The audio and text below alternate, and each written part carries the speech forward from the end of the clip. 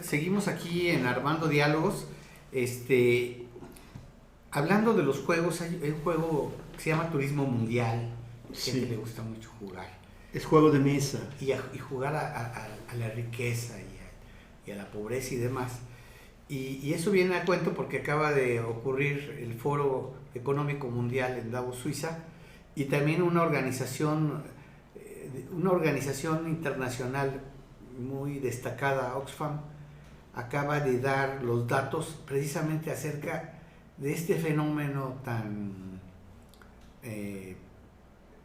evidente y tan lamentable en el mundo contemporáneo y en los países, que es cómo se concentra la riqueza en tan poquita gente. Entonces resulta que los estudios que hizo esta Oxfam nos indican que la élite, la gente más rica del mundo en esta época del COVID y lo que va después del COVID, han duplicado su riqueza. Sí. Y en contraste, 5,000 millones de los 8,000 que somos, 5,000 de 8,000 millones de seres humanos se empobrecieron. Sí. Entonces eso habla de cómo es la dinámica de la economía y del capitalismo mundial, ¿verdad? Que es finalmente el sistema económico que rige pone las reglas del juego en el mundo. Fíjate que es muy interesante. Yo creo que Oxfam, espero haberlo pronunciado bien, puso sus datos. Él nos ha invitado para el foro de Davos. Él es así como un ave de mal agüero, por decirlo así. Una sombra. Sí, es una sombra. Generalmente el foro de Davos es la famosa reunión en Suiza, en la Suiza nevada, en las partes altas, muy exclusivas, donde van los grandes magnates del dinero. Y durante mucho tiempo fue donde se hacía la agenda mundial, se preparaba la agenda mundial. Es algo que se preparó así casi desde la Segunda Guerra Mundial, que así fuera. Y entonces se reunían para ver, digamos, cómo construir un capitalismo eficiente, fuerte, acumulador de dinero. Y que, por cierto, en esa reunión que acaba de pasar de Davos, no se habló ya tanto de eso, sino se habló por primera vez del colapso ecológico, y cambió un poco su agenda Davos. Pero bueno, quiero decir que esta organización inglesa, hace rato tú me acabas de decir que... De origen inglés, aunque las 19 organizaciones que la constituyen son de varios países, pero sí, nació por allá. La Universidad de Oxford, ¿verdad?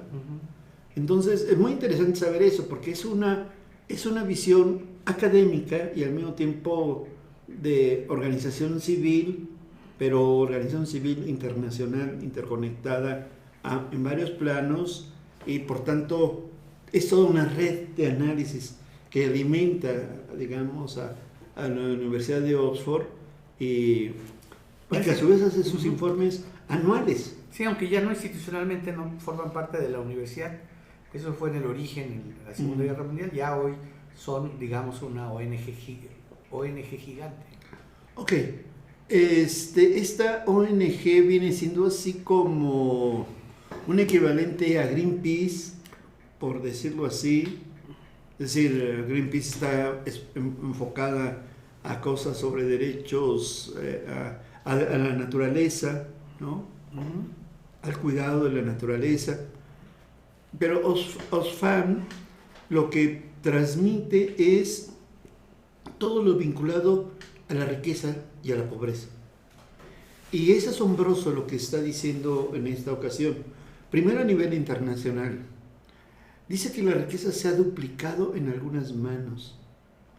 Y hay una cosa que es casi paradójica y que parece como irreversible de un tono inmediato. Dice, pasarán casi 200 años para que el mundo, si acaso tuviese la intención de equilibrarse, se equilibraría, se aplanaría, digamos, esos baches, esos alturas diferencias, ¿no? y esas diferencias tan altas que hay entre los mega ricos, que es un puñado, y la pobreza extrema en otros sitios.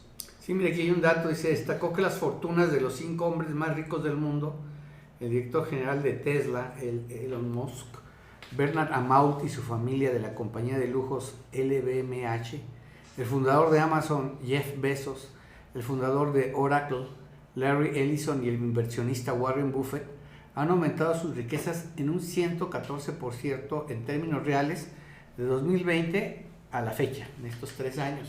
O sea, han doblado su riqueza. El más rico trae, fíjate, hace unos 10, 15 años, cuando llegó a ser el hombre más rico del mundo, Carlos Slim, o lo fue su colega, porque hicieron alianza, el director con Microsoft, con el niño Billy Gates. Hablábamos de que el hombre más rico del mundo traía, ¿qué te diré?, entre 75,000 y 100,000 millones de dólares. Ahorita el señor Elon Musk trae cerca de 250,000 millones de dólares. Es decir, no solamente han aumentado sus ganancias, sino que la gente más rica, la acumulación de recursos es impresionante. De hecho, Oxfam dice que en la próxima década es probable que tengamos a un rico que llegue a tener el billón de dólares, que ya es una cantidad. Para hacer un símil, Estados Unidos, que es la potencia bélica más importante del mundo, solamente cuando ha habido guerras como la de Irak, llegó a un gasto del billón de dólares en el ejército, en todo el ejército. Es la primera potencia. Entonces, toda esa riqueza concentrada en un solo tipo. Y si alguien por ahí quiere así hacer comparaciones de alguien que tiene 250,000 millones de dólares, lo más que se le llegó a calcular al Chapo, que ya está encarcelado en los Estados Unidos, fue 1,000 millones de dólares.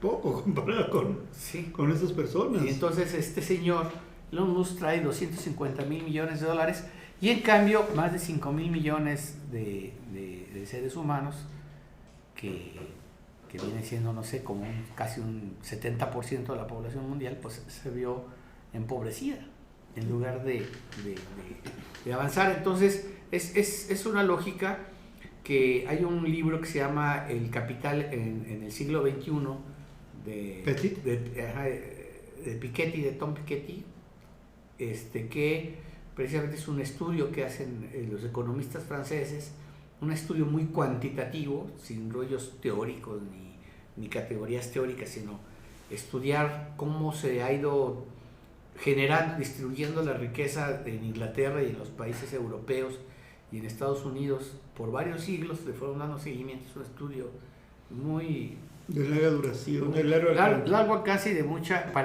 precisamente para estudiar cómo se genera la acumulación de riqueza y demás. Se está comprobando lo que es el libro de 600 páginas, que no he podido terminar yo, pero que está muy interesante.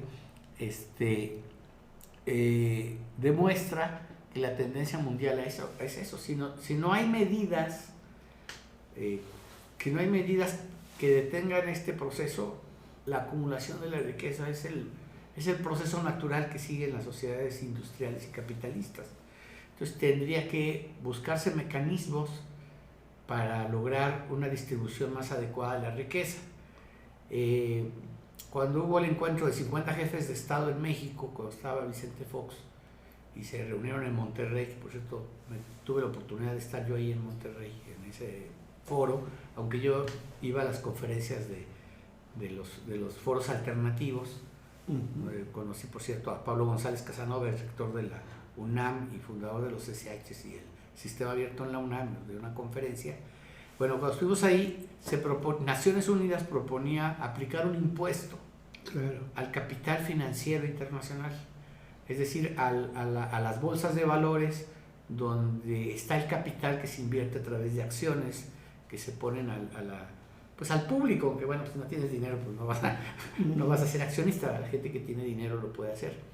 Y entonces ahí se iba a firmar un acuerdo mundial en los 50 jefes de Estado para aplicar un impuesto internacional al capital financiero internacional, que era ridículo, no llegaba ni al 1%, era el 0 punto, no me acuerdo qué, pero no llegaba ni al 1% del capital financiero internacional.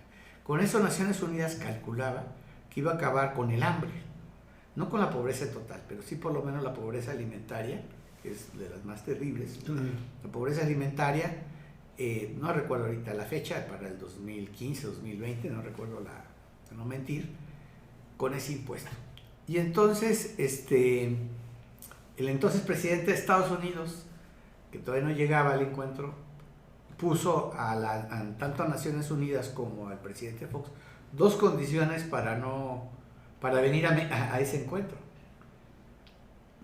Uno, yo ni recuerdo, así que... Uno, que no se quería tomar la foto con Fidel Castro, todavía vivía, y entonces Fox cuando le dice, te comes y te vas, ¿verdad? El famoso comes y te vas. Lo corre.